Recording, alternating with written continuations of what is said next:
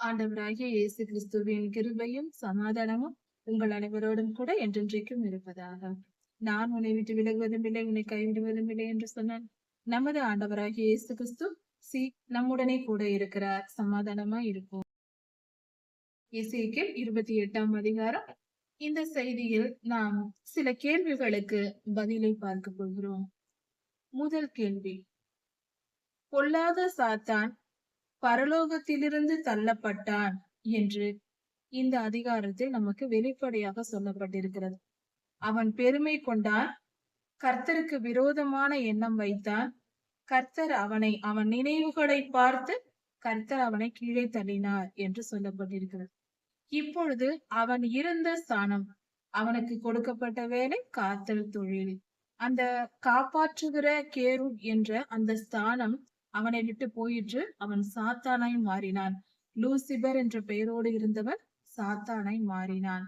இப்பொழுது அந்த ஸ்தானத்தில், பரலோகத்தின் மிக உயர்ந்த ஸ்தானமாகிய அந்த ஸ்தானம், அதாவது கர்த்தருடைய சிருஷ்டிப்புகளில், பரலோகத்தில் இருக்கிற சிருஷ்டிப்புகளிலேயே உயர்ந்த ஸ்தானத்தில் இருந்தது இந்த லூசிபரின் ஸ்தானம்.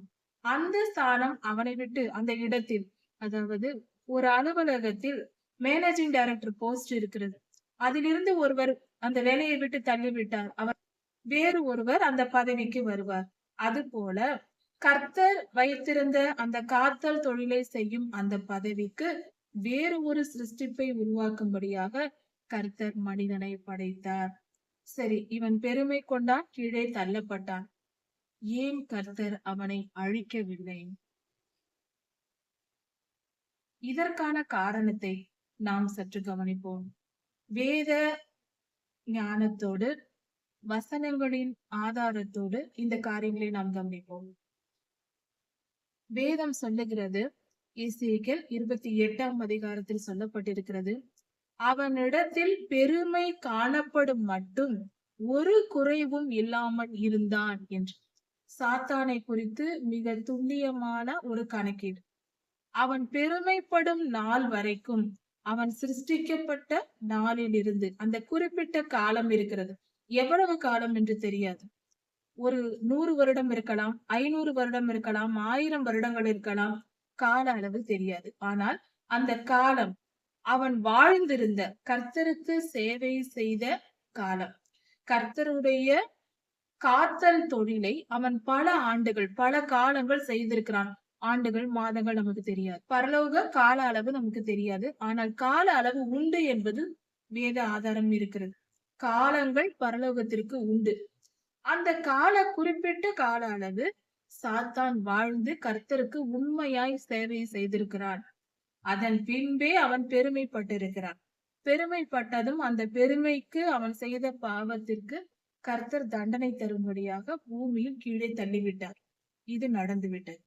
ஆனால் அவனை கொல்லவில்லை, அவனை நிர்மூலமாக்கவில்லை, சங்காரம் செய்யவில்லை கர்த்தர். காரணம் என்ன?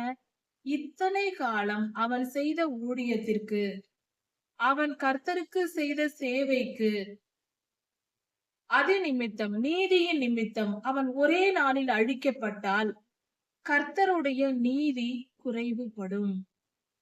கவனிக்க வேண்டும், கர்த்தர் நீதியில் சூரியன் என்றும், அவர் பட்சிக்கிற அக்கினியாய் இருக்கிறார் என்றும், அவர் நீதி உள்ளவர், நீதியின் ரூபம் அவர்தான். நீதி அவருக்கு மிகவும் பெரிய காரியம். அதுதான் முக்கியம்.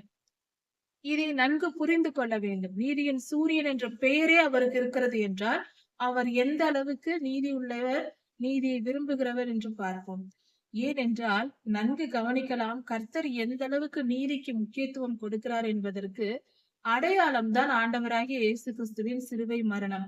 நீதி நிறைவேற்றப்பட வேண்டும், பரிசுத்தமான பாவ நிவாரண பலி கொடுக்கப்பட வேண்டும் என்று தம்முடைய ஒரே பேரான குமாரனையே பூமிக்கு அனுப்பி அவரை சிலுவையில் இத்தனை பாடுகளை சுமக்க வைத்து அவர் ஜீவனை விடும்படி செய்து அதன் மூலம் நமக்கு பாவ மன்னிப்பை கொடுத்திருக்கிறார் என்றால் அந்த நீதிக்கு அவர் எவ்வளவு முக்கியத்துவம் கொடுக்கிறார் என்பதை நாம் புரிந்து கொள்ள வேண்டும். கர்த்தர் நீதிக்கு எவ்வளவு முக்கியத்துவம் கொடுக்கிறவர். தம்முடைய சொந்த குமாரனையே இத்தனை பாடுகளுக்கு, தம்முடைய மடியில் இருந்த சொந்த குமாரன், பிதாவின் மடியில் இருந்தவர், அவரையே இந்த பூமிக்கு அனுப்பி இத்தனை பாடுகளை சுமக்க வைத்தார் என்றால் அது எந்த அளவுக்கு பிதாவாகிய தேவன் நீதிக்கு முக்கியத்துவம் கொடுக்கிறார் என்பதை நாம் உணர்ந்து கொள்ள வேண்டும். சரி, அப்படி இருக்கும்போது சாத்தானும் கர்த்தரால் படைக்கப்பட்ட லூசிபர் என்ற கூட்டமாய் இருந்தான். சாத்தானை தள்ளப்பட்டான். அவன் அழிக்கப்படாததற்கு காரணம் அத்தனை காலம் அவன் வாழ்ந்த வாழ்க்கை, அவன் கர்த்தருக்கு செய்த சேவையின் நிமித்தம் அவன் அழிக்கப்படாமல் அவன் செய்த தவறு நிமித்தம் பரலோகத்தில் வாசம் செய்யும் தகுதியை இழந்தான், கீழே தள்ளப்பட்டான். பரிசுத்தரோடு பரிசுத்தமாக வாழ அவனுக்கு தகுதி இல்லை, கீழே தள்ளப்பட்டான். ஆனால் அவன் செய்த ஊழியத்திற்கு தக்க பலனாக அவனை இன்னும் அழிக்காமல் கர்த்தர் வைத்திருக்கிறார். எத்தனை காலம் அவன் கர்த்தருக்கு சேவை செய்தானோ அத்தனை காலம் அவன் உயிரோடு இருக்கும்படியாக கர்த்தர் அவனை சாத்தானை அழிக்காமல் இன்று வரை விட்டு வைத்திருக்கிறார்.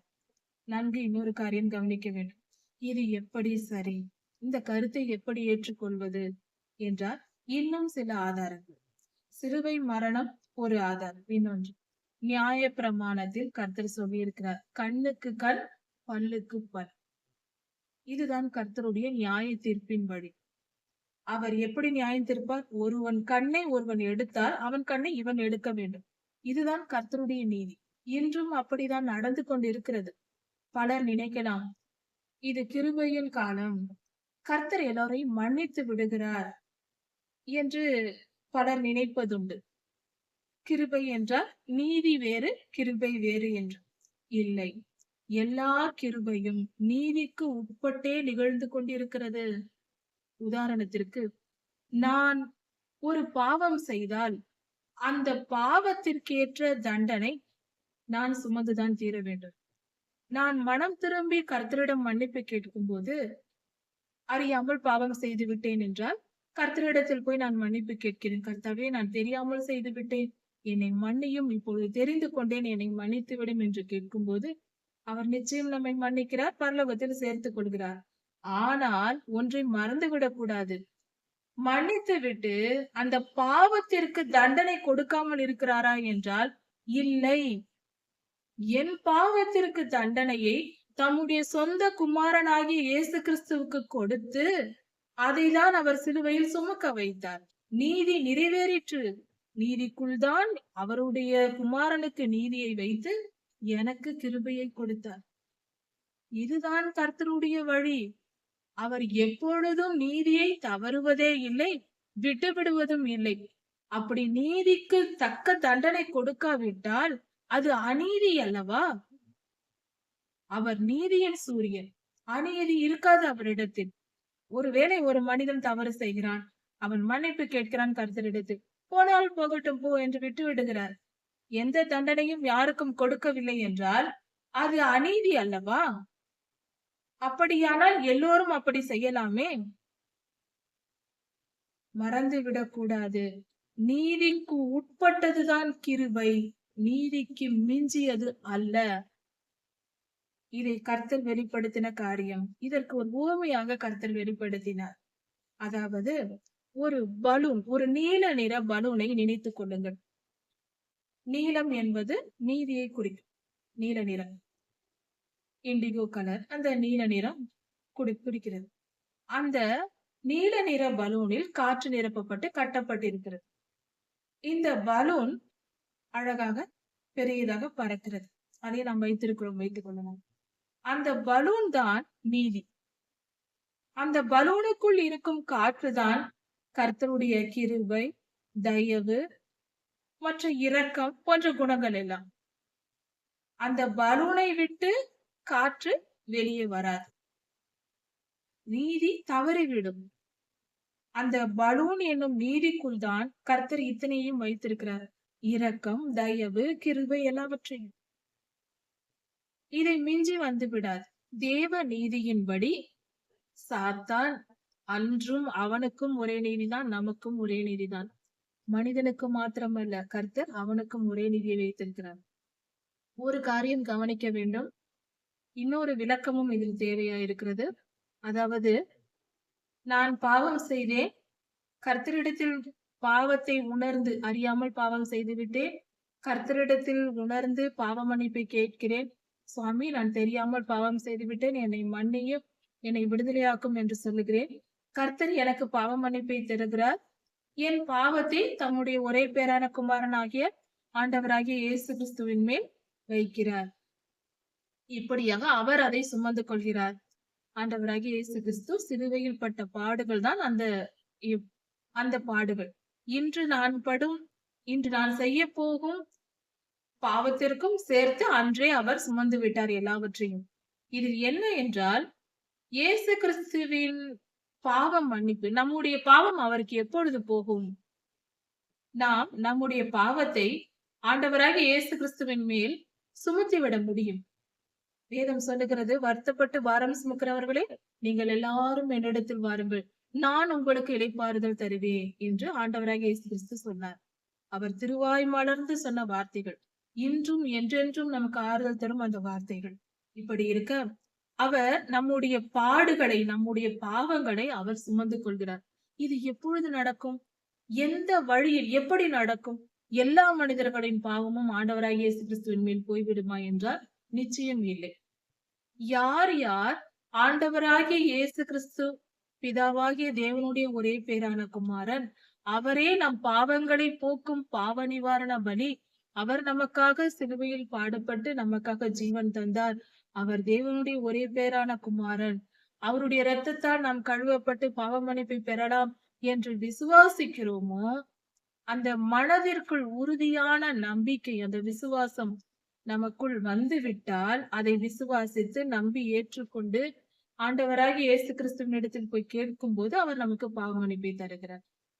அப்படி விசுவாசிக்கிறவர்களுக்கு தான் பாவ மன்னிப்பு கிடைக்கும். விசுவாசமே இல்லை என்றால் நம் பாவத்தை நாமே சுமக்க வேண்டியதுதான். ஆதியிலே லேவியராகம புஸ்தகத்தை படித்து பார்த்தால் தெரியும், ஆசாரியர்களுக்கு முன்பாக இஸ்ரவேலர்கள் பலி செலுத்த ஆடுகளை கொண்டு வரும்போது, பலிக்கான ஆடு மாடு எதை கொண்டு வந்தாலும் அதற்கு முன்பாக தங்களுடைய கைகளை எடுத்து அந்த மிருகத்தின் தலையில் வைப்பார்கள். அந்த தலையில் வைத்தால் அதற்கு அடையாளம், என் பாவங்களை உன்மேல் சுமத்துகிறேன் என்று பொருள். அதே போலதான் ஆண்டவராகிய இயேசு கிறிஸ்துவை நாம் விசுவாசிக்கும் போதுதான் நம் பாவங்கள் அவருக்குள் செல்லும். அப்பொழுது நமக்கு விடுதலை கிடைக்கும், அவருக்கு அந்த தண்டனை அவர் மேல் சுமரும். இப்படிதான் நடந்தது. இதுதான் விசுவாசத்தினால் நாம் நீதியை பெற்றுக் கொள்வது. நீதியை அவருக்கும், கிருபையை நமக்கும் தருகிறார். ஏனென்றால் குமாரன் கிருபையின் தேவனாக வந்தார். அவர் நமக்கு கிருபையை கொடுத்து நம்முடைய பாவ சுமைகளை அவர் சுமந்து கொள்கிறார். ஆண்டவராகிய இயேசு கிறிஸ்து தம்முடைய இரத்தத்தை கைகளில், தம்முடைய திருக்கரங்களில் ஏந்தி பிதாவாகிய தேவனுக்கு முன்பாக, இதோ என் மகளுக்காக நான் இரத்தம் சிந்தி இத்தனை பாடுகளை நான் சுமந்து பாடுபட்டிருக்கிறேன், பிதாவாகிய தேவனே இவர்களை மன்னியும் என்று அவர் கேட்கும் போது, நமது பிதாவாகிய தேவன் ஆண்டவராகிய இயேசு கிறிஸ்துவை பார்த்து, அவர் சிந்தின இரத்தத்தை பார்த்து நம்மை மன்னிக்கிறார். பாவங்கள் ஆண்டவராகிய இயேசு கிறிஸ்துவுக்குள் போகிறது என்று சொல்லும் பொழுது அதன் விளக்கம் என்ன? இன்னும் கொஞ்சம் ஆழமாக பார்க்கலாம்.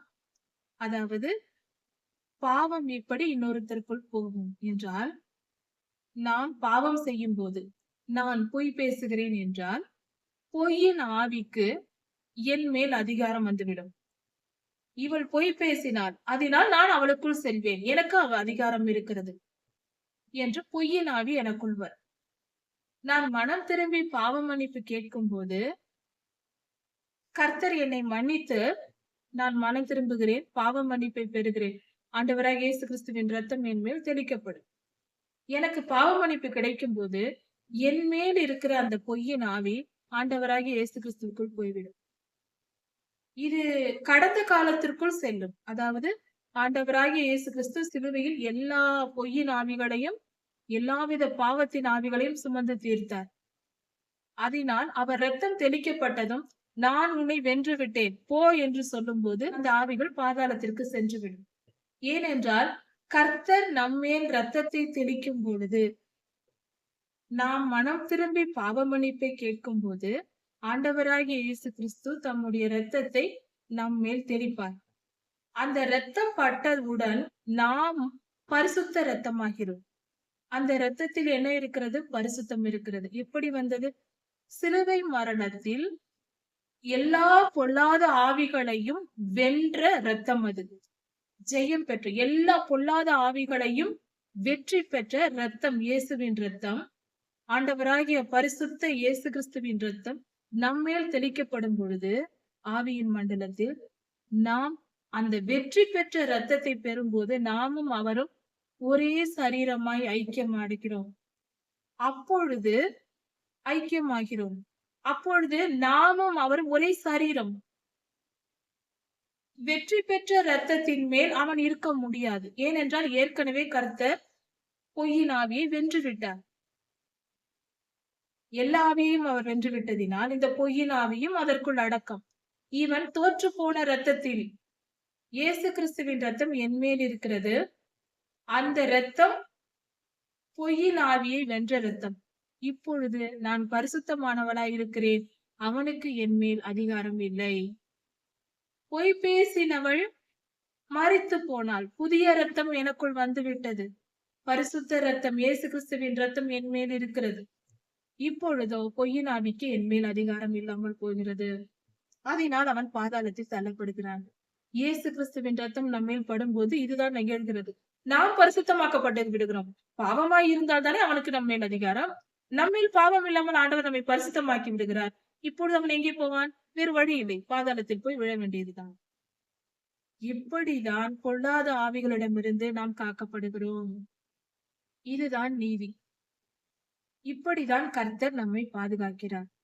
பொய்யின் ஆவி என்பது மட்டுமல்ல, எல்லாவித பாவங்களுக்கும் அதற்கு உரிய ஆவிகள் உண்டு. ஒரு பாவத்தை செய்தால் அந்த பாவத்திற்குரிய ஆவி மனிதனை ஆளுகை செய்ய வந்துவிடும். அதனால்தான் வேத வசனம் சொல்லுகிறது, பாவம் செய்யாதே. வசனத்திற்கு கீழ்ப்படிந்து வாழ்ந்தால் பாவம் இருக்காது. வசனத்தை மீறி நடக்கும் போது அது பாவம். இதுதான் அடையாளம். அதனால்தான் வேதம் வாசிக்க வேண்டும், ஜெபிக்க வேண்டும் என்று சொல்லுவோம். ஜெபிக்க வேண்டும் என்று சொல்வது. அப்பொழுதுதான் நாம் பரிசுத்தமாய் வாழ முடியும். வேதம் வாசிக்கும் போதும் ஜெபிக்கும் போதும் கர்த்தருடைய வல்லமையை பெற்றுக்கொள்கிறோம், ஞானத்தை பெற்றுக்கொள்கிறோம். பாவம் செய்ய மனம் வராது. அதனால் நாம் பரிசுத்தமாய் இருக்கிறோம். பொல்லாதவனின் ஆளுகை நமக்குள் வராது. இதுதான் நீதியாய் இருக்கிறது. இப்படிதான் நீதி நிறைவேற நடக்கிறது. சரி, சாத்தானை கர்த்தர் இந்நாள் வரைக்கும் விட்டு வைத்திருப்பதற்கு, கொல்லாமல் அழிக்காமல் விட்டு வைத்திருப்பதற்கு காரணம், அவன் எத்தனை யுகங்களாக கர்த்தரை சேவித்தானோ அதற்கு ஏற்ற அளவு, கர்த்தர் எவ்வளவு காலம் என்று நமக்கு சொல்லப்படவில்லை, தெரியாது. அவ்வளவு காலம் அவன் வாழ்ந்திருக்க வேண்டும். அவன் உயிரோடு இருக்கிறான். ஆனால் அவன் அப்படியே இருக்க போவதில்லை. வேதம் தெளிவாக சொல்லுகிறது, அவன் அக்னி கடலில் போடப்பட்டு அழிக்கப்படுவான் என்று. அவனுக்காக கர்த்தர் அழிவுக்குரிய இடங்களை ஏற்படுத்தி வைத்திருக்கிறார். அக்னி கடல் அவனுக்காக காத்திருக்கிறது. இப்பொழுது அவனுடைய நோக்கம் அவனுக்கு நன்றாக தெரியும். கொஞ்ச காலத்தில் அவன் அழிய போகிறான் என்று வெளிப்படுத்தல் புஸ்தகத்தில் சொல்லப்பட்டிருக்கிறது. தனக்கு காலம் சமீபமாயிற்று என்று அறிந்து அவன் வேகமாய் மனிதனிடத்தில் பூமியில் செயல்பட்டான் என்று வெளிப்படுத்தல் புஸ்தகத்தில் சொல்லப்பட்டிருக்கிறது. அவனுடைய காலம் என்ன என்பது அவனுக்கு தெரியும். அவனை கர்த்தர் அழிக்க போகும் காலமும் அவனுக்கு தெரியும். அதற்கு முன்பாக நாம் அழிவதற்குள் நம்முடைய ஸ்தானத்தில் இவர்கள் உட்கார போகிறார்கள். மனிதர்கள் இவர்களை அங்கு உட்கார விடக்கூடாது. நான் அழிவது போல இவர்களும் அழிந்து போக வேண்டும். கர்த்தரை துதிக்கவும் ஆராதிக்கவும் கர்த்தருடைய சிங்காசனத்தில் உட்காரவும் வேறு ஒரு இனம் வரவே கூடாது என்ற எண்ணம் கொண்டவன் பொல்லாதவன் என்றால் அதனால்தான் அவனை சொல்லுவது. அவன் எண்ணம் அப்படிப்பட்ட பொல்லாத எண்ணம். என் ஸ்தானத்தில் கர்த்தருடைய சாயலாய் படைக்கப்பட்ட மனிதனா இவனை வரவிடக்கூடாது. ஏனென்றால் கர்த்தரையும் அவனுக்கு பிடிக்காது, அவருடைய சாயலில் படைக்கப்பட்ட நம்மை கண்டாலும் அவனுக்கு பிடிக்காது. அதனால் அவன் நம்மை பாவம் செய்ய வைத்து நம்மை நேரடியாக அக்னி கடலில் கொண்டு போய் போட அவனால் முடியாது. நம்மை அழிக்க அவனால் முடியாது. ஆனால் அவனுக்கு முடிந்த ஒரு காரியம் தந்திரம்தான். அவனுடைய திட்டமிடுதல் மட்டுமே அவனுக்கு இருக்கிற, அவனுடைய ஞானம் தான் அவனுக்கு கிடைத்திருக்கிற பொக்கிஷம். அதை பயன்படுத்தி நம்மை வஞ்சித்து ஏமாற்றி பாவம் செய்ய வைத்து கர்த்தரை விட்டு விலக்கி விடுவது. இதுதான் அவன் நோக்கம். வஞ்சகம் என்ற ஒரே ஒரு தந்திர குணம்தான் அவனுக்கு. ஆதியாகமம் 3ஆம் அதிகாரத்தில் சொல்லப்பட்டிருக்கிறது. எசேக்கியேல் 28ஆம் அதிகாரத்திலும் சொல்லப்பட்டிருக்கிறது, அவன் ஞானவான் என்று. அந்த புத்தியை வைத்துக் கொண்டு ஞானம்தான் அதை கெட்ட காரியத்துக்கு பயன்படுத்துகிறான். மனிதனை அழிக்க அவனுடைய ஆயுதமாய் அவன் பயன்படுத்துகிறான். அதை வைத்துக் கொண்டு தந்திரம் செய்து திட்டமிட்டு ஏவலம்மாவை வஞ்சித்தது போல அப்படி இப்படி என்று பேச்சு தந்திரத்தினால் அவன் ஏமாற்றி இப்படியாக மனிதனை அழிவுக்கு நேராக பாவம் செய்ய வைத்து எல்லா மனிதரையும் அவனோடு கூட்டிக் கொண்டு போய்விட வேண்டும் என்பது அவனுடைய நோக்கம். ஆனால் பரிசுத்த ஆவியானவர் நம்முடன் இருந்து, ஆண்டவராகிய இயேசு கிறிஸ்து நம்முடன் இருந்து, பிதாவாகிய தேவன் நம் மேல் கிருபை வைத்து பலரை தம் பக்கமாக அவர் பாதுகாத்து வைக்கிறார். பரிசுத்தமாய் இருப்பவர்களே கர்த்தருடைய ராஜ்யத்தை சுதந்திரித்துக் கொள்ள முடியும். சரி, கவனிப்போம். இது சாத்தானுடைய வரலாறா இருக்குது. இதுதான் அவனுடைய துவக்கம், அவனுடைய முடிவு. அவனுடைய முடிவு என்ன ஆகும் என்றால், அவன் பாவத்தில் இந்த பூமியில் பாவம் செய்ய தூண்டி இந்த பூமியை ஆளுகை செய்து கொண்டு வருகிறான். நம்முடைய வாழ்நாளிலேயே, இந்த காலத்திலேயே அந்த முடிவு நாள் வரப்போகிறது. அதாவது இந்த பூமியில் ஆண்டவராகிய இயேசு கிறிஸ்துவின் வருகை, இரண்டாம் வருகை இருக்க போகிறது. அதற்கு முன்பாக என்ன நடக்கும் என்றால், கர்த்தர் குறிப்பிட்டிருக்கிறது, வேத விளக்கங்கள் கொடுக்கப்பட்டிருக்கிறது. அதாவது சாத்தான் அவனுடைய அக்கிரமம் முழுமை பெறும். அப்பொழுதுதான் ஆண்டவராகிய இயேசு கிறிஸ்து வருவார். ஒருவன் பாவத்தில் முழுமை பெறும்போது அவனுக்கு நியாய தீர்ப்பு கொடுப்பது கர்த்தருடைய வழக்கம். பாதையில் குறுக்கிட மாட்டார்.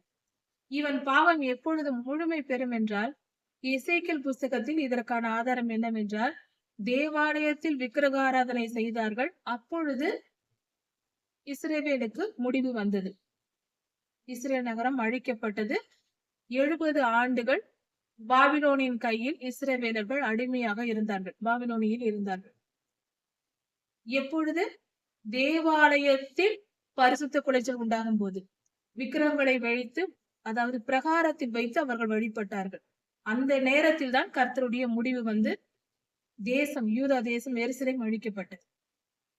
சரியா? ஆனால் கடைசி இரண்டாம் வருகையில் என்ன நடக்கும்? 3ஆம் தேவாலயம் கட்டப்படும். அதில் மகா பரிசுத்த ஸ்தலத்தில் அந்தி கிறிஸ்து போய் உட்காருவான். கிருபாசனத்தின் மேல் அந்தி கிறிஸ்துவாக ஒரு மனிதன் போய் உட்காருவான். அந்த நேரத்தில் கர்த்தருடைய வருகை இருக்கும். அப்பொழுது அந்த பாவம் முழுமை பெற்று அவனை அழிக்கும்படியாக கர்த்தர் வருவார். அவருடைய வருகையின் பிரசன்னத்தினால் இவன் அழிந்து பாதாளத்தில் தள்ளி அடைக்கப்படுவான். இன்னும் 1000 வருடம் அவன் உயிரோடு இருப்பான். 1000 வருடம் பாதாளத்தில் அடைக்கப்பட்டிருப்பான்.